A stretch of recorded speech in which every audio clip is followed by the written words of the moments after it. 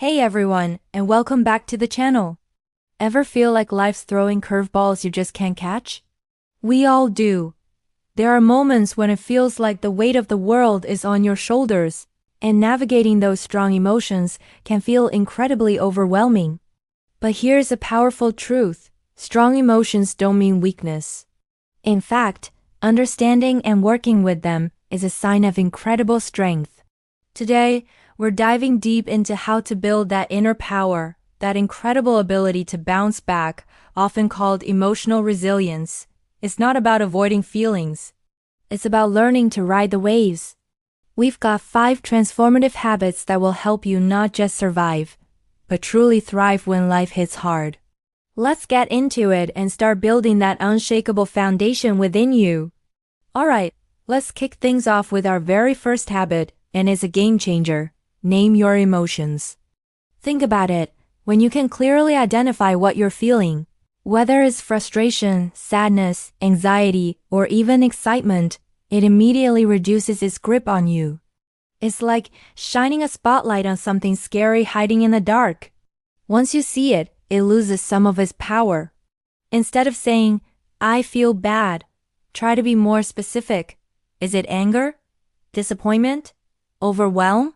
Just the act of labeling it, putting a word to that swirling sensation, creates a tiny bit of distance.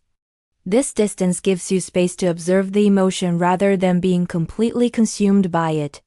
It's not about judging your feelings as good or bad. It's about acknowledging them for what they are.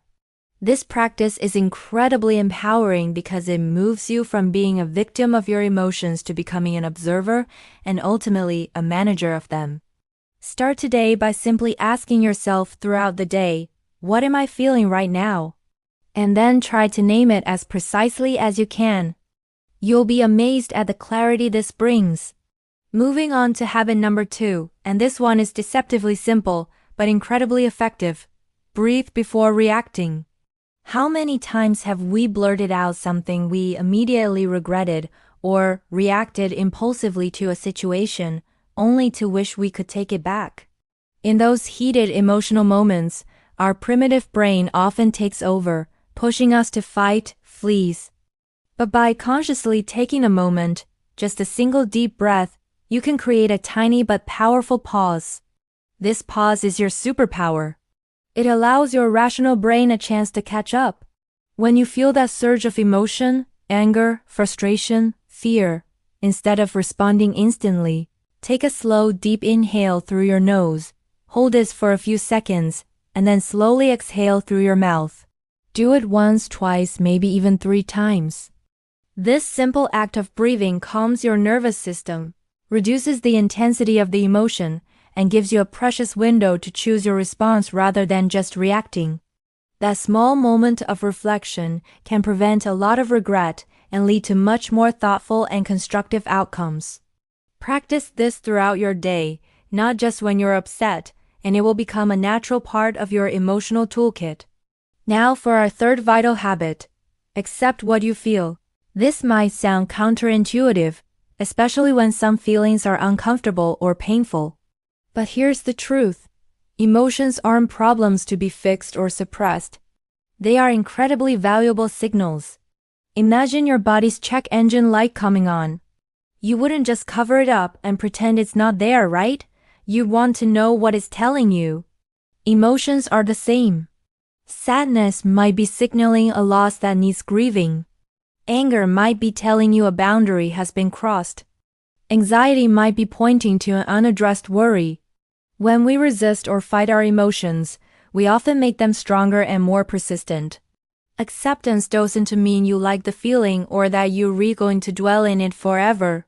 It simply means acknowledging its presence without judgment. It's saying, okay, I'm feeling really frustrated right now, and that's okay. What is this feeling trying to tell me? This radical acceptance allows the emotion to move through you naturally, rather than getting stuck. It creates a space for healing and understanding, paving the way for you to address the underlying cause constructively. Allow yourself to feel, and you allow yourself to heal. Alright, on to habit number 4, which highlights our fundamental human need for connection. talk to someone you trust, you know? Sometimes when we're struggling, it feels like we're the only ones, or that our problems are too big or too embarrassing to share. But isolating ourselves when we're hurting only amplifies the pain. Sharing your feelings, truly opening up to a trusted friend, family member, or even a therapist, is an incredibly powerful act of resilience. It's like taking a heavy burden you've been carrying alone and sharing the load. When you articulate what's going on inside, it not only helps you process your thoughts and emotions, but it also creates a sense of validation and understanding. That feeling of being seen and heard can be profoundly healing. It reminds you that you're not alone in your struggles and that there are people who care about you. Connection literally builds resilience because it provides a support network, diverse perspectives, and often, practical help. Choose someone who listens without judgment, someone who makes you feel safe. Don't underestimate the power of a heart-to-heart conversation when you're navigating tough emotional waters. It's not a sign of weakness to ask for help. It's a profound display of strength and self-awareness. And finally, our fifth and perhaps most crucial habit, practice self-compassion.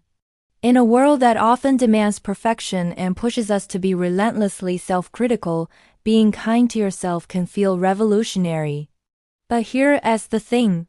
You are doing the best you can with the resources and understanding you have in any given moment. Life is tough, and we all make mistakes, stumble, and fall short sometimes. Instead of beating yourself up for every perceived flaw or failure, treat yourself with the same warmth, understanding, and encouragement you would offer a dear friend. When you're facing a challenge or feeling down, instead of harsh self-talk, try to offer yourself words of comfort. This is really hard right now, and it's okay to feel this way, or I'm doing my best, and that's enough. Self-compassion isn't about letting yourself off the hook. It's about acknowledging your humanity, recognizing that suffering is a part of life, and responding to your own pain with kindness. It's about being your own best advocate, your own biggest cheerleader.